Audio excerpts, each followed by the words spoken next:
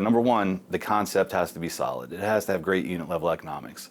Again, if it's not making money, don't waste your time doing this.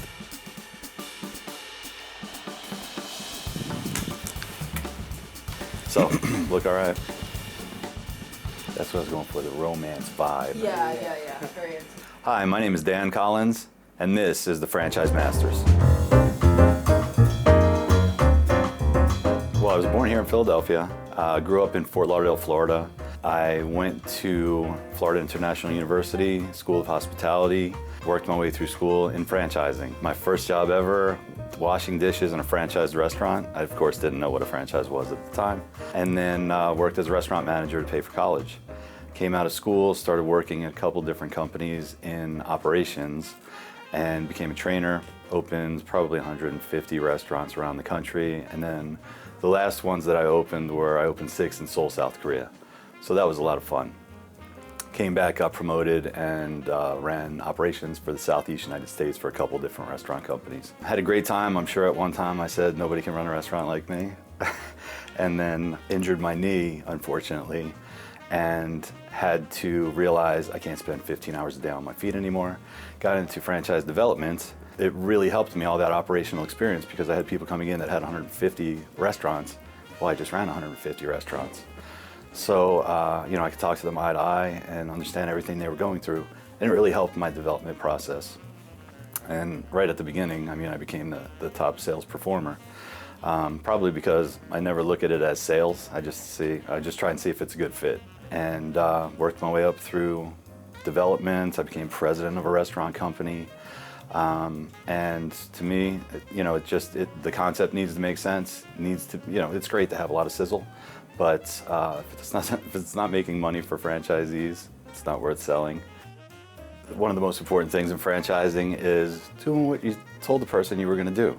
The concept could be very sexy. It could be something that, it draws people's attention immediately.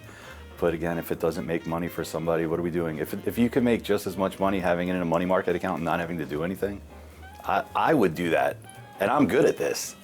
So I would urge people, do your homework, talk to franchisees, because I've specifically left companies where I was very successful because they didn't follow through on the promises they made at Discovery Day. Discovery Day is a two-way street. We're not just figuring out if these people are a good fit. They're coming in to see what we do to support them as franchisees. And then we have a responsibility to do that. Number one, I never sell a franchise. I make sure it's a good fit, and if it is, then we partner together.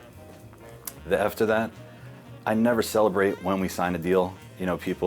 Companies I worked for used to ring a bell and everyone stood up and applauded, or everyone gets excited and high fives right after the prospects leave because they said they were gonna sign up. I get excited the day the doors open. To me, it's a responsibility when I sign that contract. I need to make sure now we're putting this family in business. We don't sell whatever the concept is. We sell successful business models and support for that. And I feel like these people invested, a lot of times people are investing their life savings with whatever they're doing. I need to make sure they get a return on that investment. Franchisees deserve to have, number one, a reasonable investment for them. Number two, they need to get a return on that investment. And then, again, it has to be better than if it was just sitting in the bank, because it's a lot easier when your money's just sitting in the bank. Well, I'll tell you, I spent the last 13 years consulting for emerging brands. I love emerging brands. It's exciting for me. I get to kind of have my hand in all the different areas of the business. One of my big claims to fame is I was the first person that John Y. Brown hired for Kenny Rogers Roasters. So I worked there for about 9 years, and I got to work in every department in that company. So I got great exposure, and I've been able to do that throughout my career and help franchisees that wanted to franchise but either weren't doing it properly or just getting started, or they were franchising and their franchisees were all upset. Well, I'll tell you why they're upset. It's too hard. It's not making enough money. That's it. I traveled the country for, I would go for 3 or 4 days and every couple weeks and help franchisors that wanted to franchise. They just wanted me to sell whatever they were selling. And that's how the initial contact came up. And what I would do is ask them, all right, well, does it make money? And half of the franchisors would tell me, Oh, absolutely, it makes 26% after they pay their royalty. And I said, well, that would be fantastic, show me. And it never happened. Then the other half told me, I don't know if it makes money, but it's cool and we should sell it. I said, well, if you don't know if it makes money, why would I sell this to anyone? So that's how the consulting got started, where I said, listen, let me come in, fix your operations, make it as simple as it could be, as profitable as it could be. And it would come down to sometimes I would have to change the equipment they had. I would always change whatever process they had, because if it's not as simple as it could be, franchisees will find out how to make it simple. They want it to be easy. Franchisees want three things, especially when they're buying a franchise. Number one, they want relatively low initial investment. Number two, they want to make a lot of money. And number three, they want it to be simple.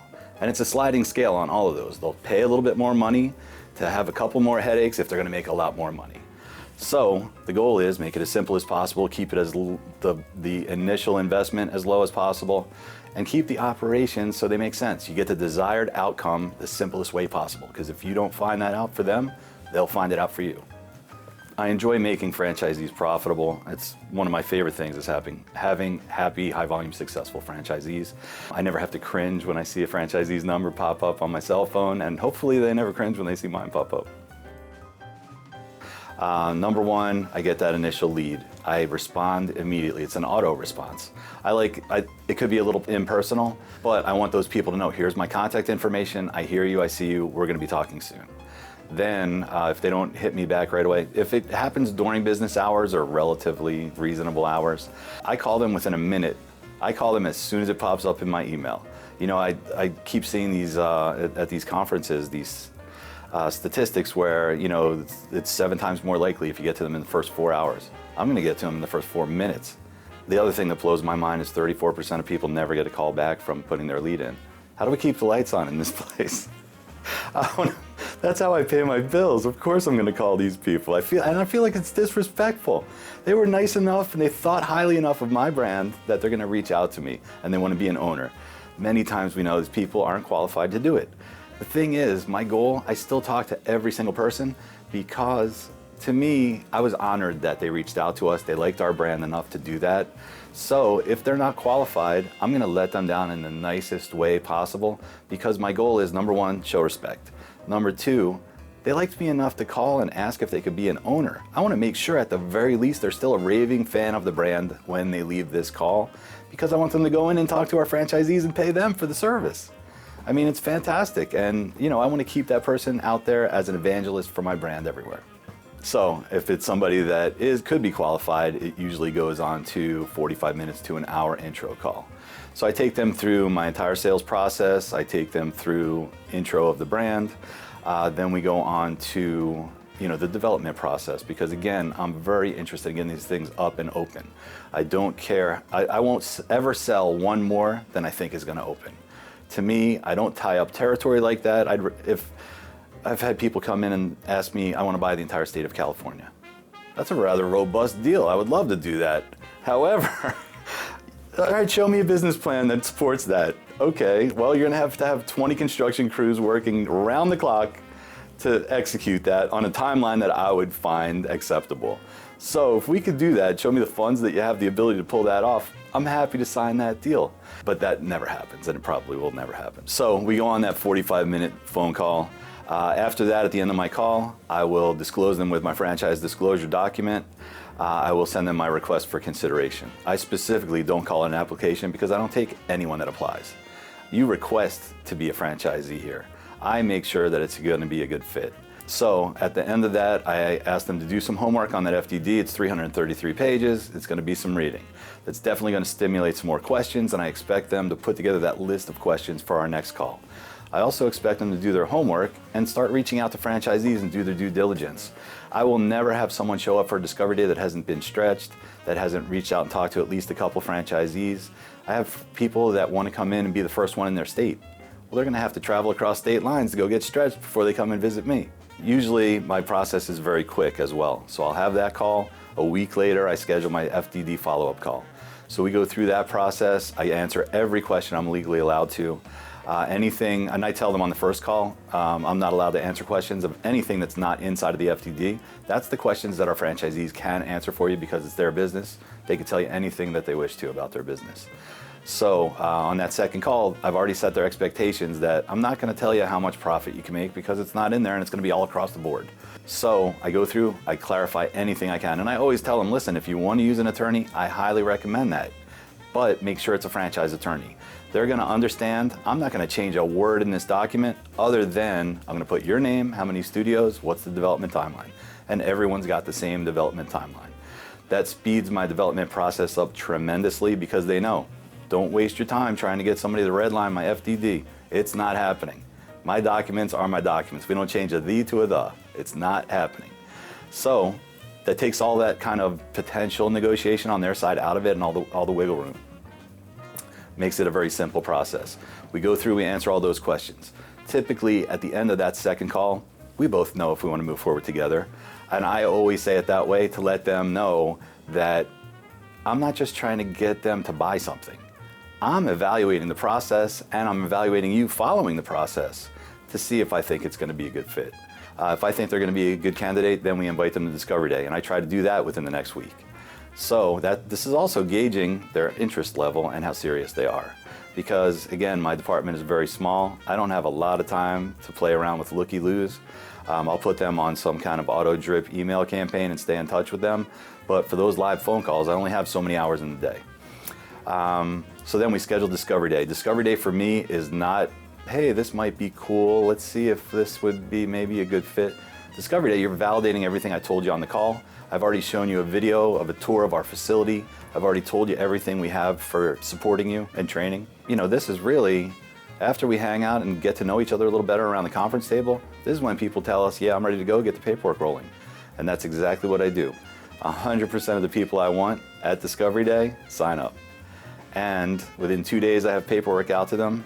They sign a 7-day receipt. 7 days later, they sign their DocuSign, wire transfer their development fees. 3 days, 3 things happen immediately upon becoming a franchisee with me. Number one, you get invited to the next franchisee training session that happens. I want you to know exactly what's going on as quickly as possible. You need that kind of frame of reference and context because this is going to hit the ground and start running immediately. Number two, you get assigned a store opening specialist. This person's entire job, starting on day one of you being a franchisee, is get you open as quickly as possible. Walk you through an 86-item checklist from, hey, read the operations manual we just sent you, to open the doors for business. And then the third thing is, I want you to submit sites day one. I tell them to go out, I give them the site criteria, and I tell them to go out and look for these types of strip centers while your paperwork is clicking for those 7 days. You know you're going to be a franchisee, I want you to hit the ground running. Come to me with sites. If you don't have a real estate person, that's fine too, because I didn't expect our franchisees to be real estate experts, marketing experts. We have all kinds of companies to support that. I'll set you up day one with a real estate company. And they work with probably 25 of our franchisees at any time. They've done a fantastic job for me. But I want them to get that site. The longest part of is the negotiation of the lease. Because after I give a description of what I'm looking for, they know exactly what strip center. They live in that area. They know 3 different strip centers that meet those criteria. I want them to submit those to us immediately and start the process going. Typically within 90 days, maybe 120 days, they're open for business. And we like it that way.